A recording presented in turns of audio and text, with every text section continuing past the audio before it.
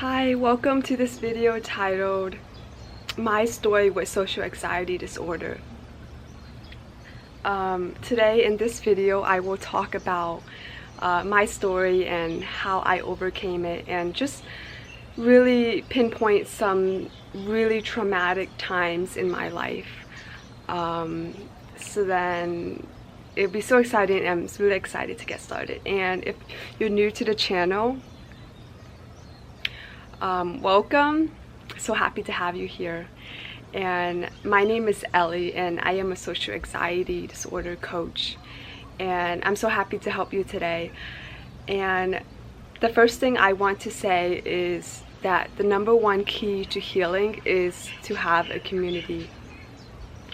Community is really important in many ways. Community helps us have people who you can relate to, and especially with social anxiety or disorder, it's a disorder that's not very common, and so having people in your life who have it as well really makes you feel like, wow, there's nothing wrong with me, and I can feel less alienated from society. Then also the inspiration that comes with being in a community, for the people that have walked the path before you. Like me, I have walked the path before you, so I can definitely know what it's like, what are the traps, what are the solutions. And most importantly, I would say also, is really people who are walking the journey with you, who are also doing the same thing. I remember back in high school, and I felt so alienated from everybody, from society. I felt like there's something wrong with me. I literally felt like just like a piece of, I think it was Katy Perry's song Firework, and she talked about a piece of plastic bag drifting off in the wind. Like, I felt like that. I felt like such a burden.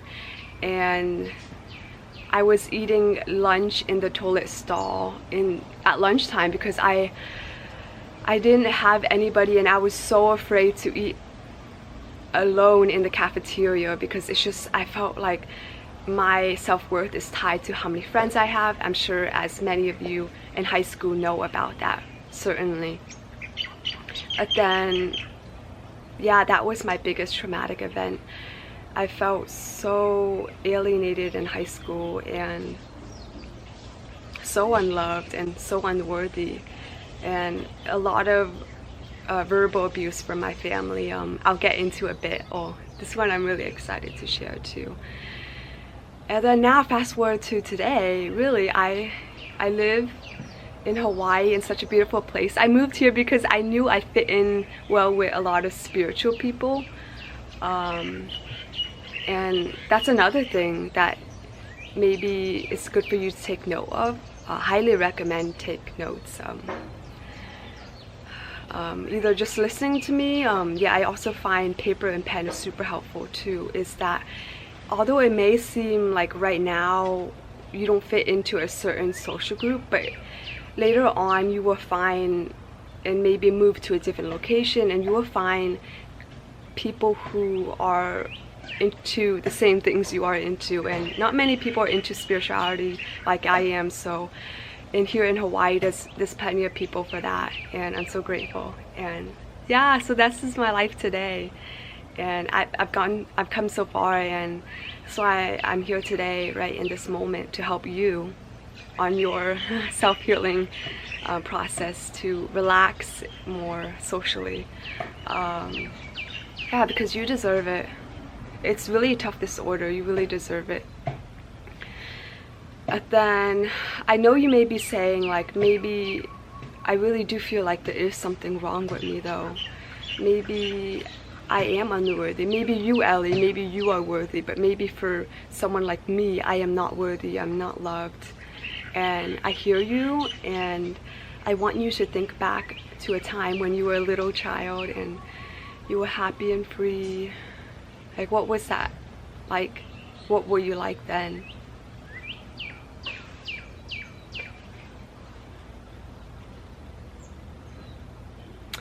yeah, you were probably very happy and you knew you were worthy. You would cry, you would stamp. You didn't have any self-concept. And then it wasn't until later, it must have been that you have been fed these negative beliefs and negative words from your family, from your friends, from your other peers. Because really, the subconscious mind is really active when you're a child and it doesn't know the difference. Like, that's why kids, they believe in Santa because they don't know a difference. They don't know any different. And so when those negative beliefs have been fed into your subconscious mind as a child, you take them to be yours. So I want you to take an honest look at that. Yeah, I would definitely take an honest look at that. And then one story, and this is the traumatic story, it's a little bit triggering, so I'm warning you, it's a little triggering.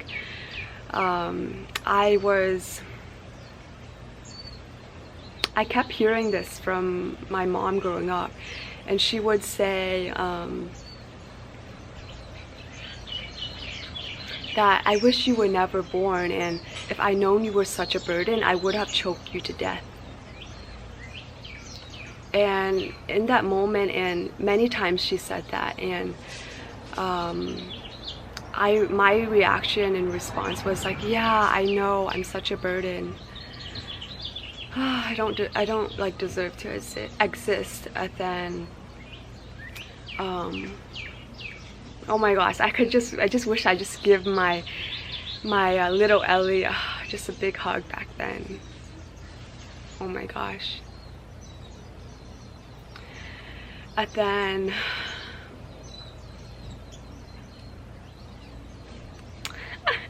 there's a lizard on the tree. It's really cute right now.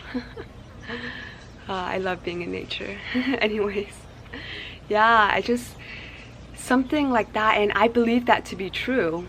I did. I was like, I really wish, yeah, I don't deserve to live. I'm such a burden to my family. I feel so bad. I feel so terrible. But then flash back to, well, not flashback, but flash forward to today. Oh my gosh, I'm just like, what? That's absurd. Of course that's not true, you know? So do you see how powerful beliefs that have been fed to you, and you believe them to be true? So please do not take those beliefs to be true. Listen to me, I've been there before. Really take and assess, because that is the truth. We're all worthy born, and we know it. We're born happy and free as a child. And then, even if you may feel like you believe that to be true, I also invite you to know that that is the #1 thing you need to do for your healing process, because you may be get sidetracked and think that like other things like pharmaceutical drugs for anxiety, depression, maybe even things like really healthy things like meditation, like all of that is great to clear your mind, to relax. All of that is great, but I'm here telling you community is key. If you want to get into those healthy habits, to have a clearer mind and relax, community is the first step. And I'll see you in the next video. I'm sending so much love. Bye.